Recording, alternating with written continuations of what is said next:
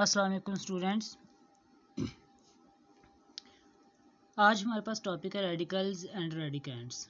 हमारे पास ये जो हमें शक्ल नज़र आ रही है स्क्वायर रूट वाली, इसमें जो ए है उसको हम रेडिकेंड कहेंगे। जो हमारे पास स्क्वायर रूट है उसको हम रेडिकल साइन कहेंगे, और यहाँ पर जो एन है उसको हम इंडेक्स ऑफ रेडिकल कहेंगे।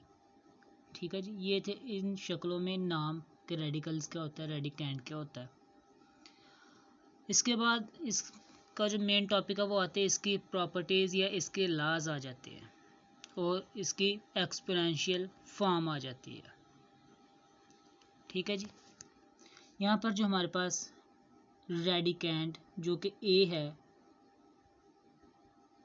उसके ऊपर रेडिकल और इंडेक्स है जी एन। तो उस n को हम रेडिकल ख़त्म करके n को 1/n लिख दें a की पावर में, तो वो हमारे पास इसकी एक्सपोनेंशियल फॉर्म हो जाती है। ठीक है जी, तो इसका मतलब हम रेडिकल फॉर्म को एक्सपोनेंशियल फॉर्म में और एक्सपोनेंशियल फॉर्म को रेडिकल फॉर्म में चेंज कर सकते हैं। ठीक है, अगर हमारे पास इस तरह का कोई भी नंबर होगा, इधर कोई फॉर एग्जांपल 5 पड़ा हुआ है, इस तरह से 5 और इधर 3 पड़ा हुआ है, तो हम इसको लिख सकते हैं 5 की पावर में रेडिकल ख़त्म कर दिया और 3 को 1/3 लिख दिया। ठीक है जी, तो इस तरह से हम इसके क्वेश्चंस को सॉल्व कर सकते हैं।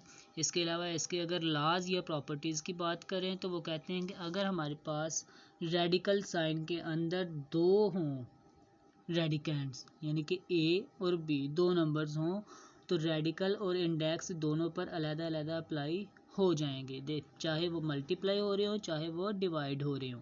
ठीक है जी,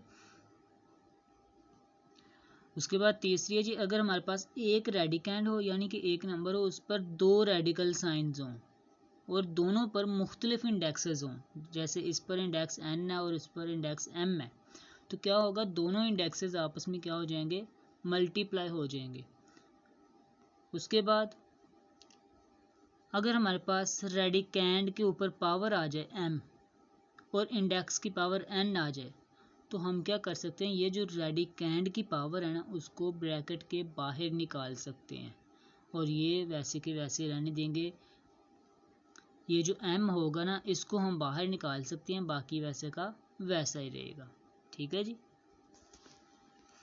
इसका जो लास्ट लॉ है, ये लास्ट प्रॉपर्टी है, वो ये है कि अगर रेडिकेंड यानी कि ए उसकी पावर वो और इंडेक्स दोनों सेम हो जाएं, तो क्या हो जाएगा, दोनों आपस में कैंसिल हो जाएंगे, रेडिकल भी कैंसिल हो जाएगा, आंसर सिर्फ रह जाएगा ए। अब ये जो हमारे पास प्रॉपर्टीज़ हैं ये इस्तेमाल होंगी एक्सरसाइज 2.3 में।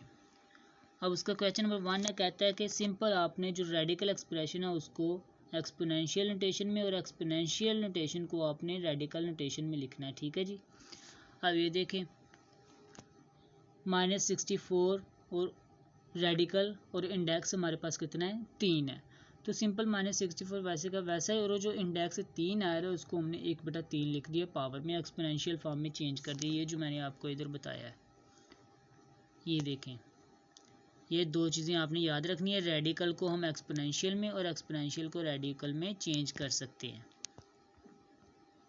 इसी तरह के बाकी क्वेश्चंस भी इसके जो 3 पार्ट्स हैं वो भी उसी तरह हो जाएंगे।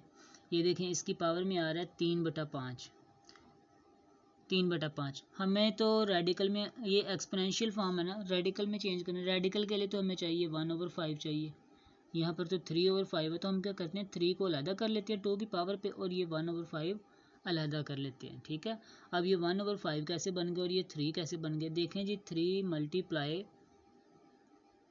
1/5 इसको लिखा हमने, 3/5 को क्या लिखा, 3 × 1/5 लिखा, तो देखें दो पावर्स आपस में मल्टीप्लाई हो रही हैं, तो ये जो 3 है उसको हमने 2 की पावर पे लिख लिया और 1/5 को हमने अलहदा लिख लिया। हमने 1/5 को ही अलहदा क्यों लिखा, क्योंकि यहाँ से हमारे पास रेडिकल फॉर्म बन जाएगी 1/5 से। ठीक है ना, अब रेडिकल फॉर्म इसकी ये वाली बन गई। इसी तरह ये देखें, ये 1/3 है -7 के ऊपर, तो इसको सिंपली आपने रेडिकल फॉर्म में चेंज कर देना और 3 जो होगा वो इंडेक्स बन जाएगा। ये हमारे पास क्वेश्चन नंबर 4 पार्ट नंबर 4 है। इसी तरह जिस तरह हमने पार्ट नंबर 2 किया, ये जो पावर -2 आ रही है ये वाई के ऊपर आ जाएगी और 1/3 रह जाएगा। ये जो 1/3 होगा ये रेडिकल में जाके 3 बन जाएगा। ठीक है जी, इंडेक्स बन जाएगा हमारे पास। अब इसका जो पार्ट नंबर 2 है, क्वेश्चन नंबर 2, उसमें कहता है कि आपने बताना है स्टेटमेंट ट्रू है या फॉल्स है।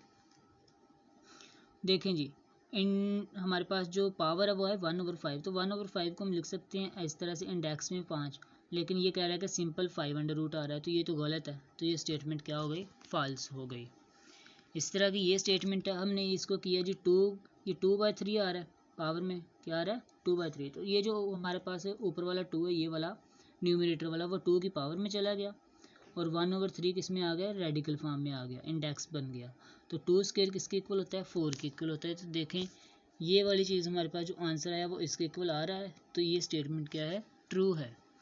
ये देखें 49 का स्क्वायर रूट होता है सिंपल 7, लेकिन ये कह रहे हैं कि 7 अंडर रूट होता है, ये स्टेटमेंट क्या है, गलत है।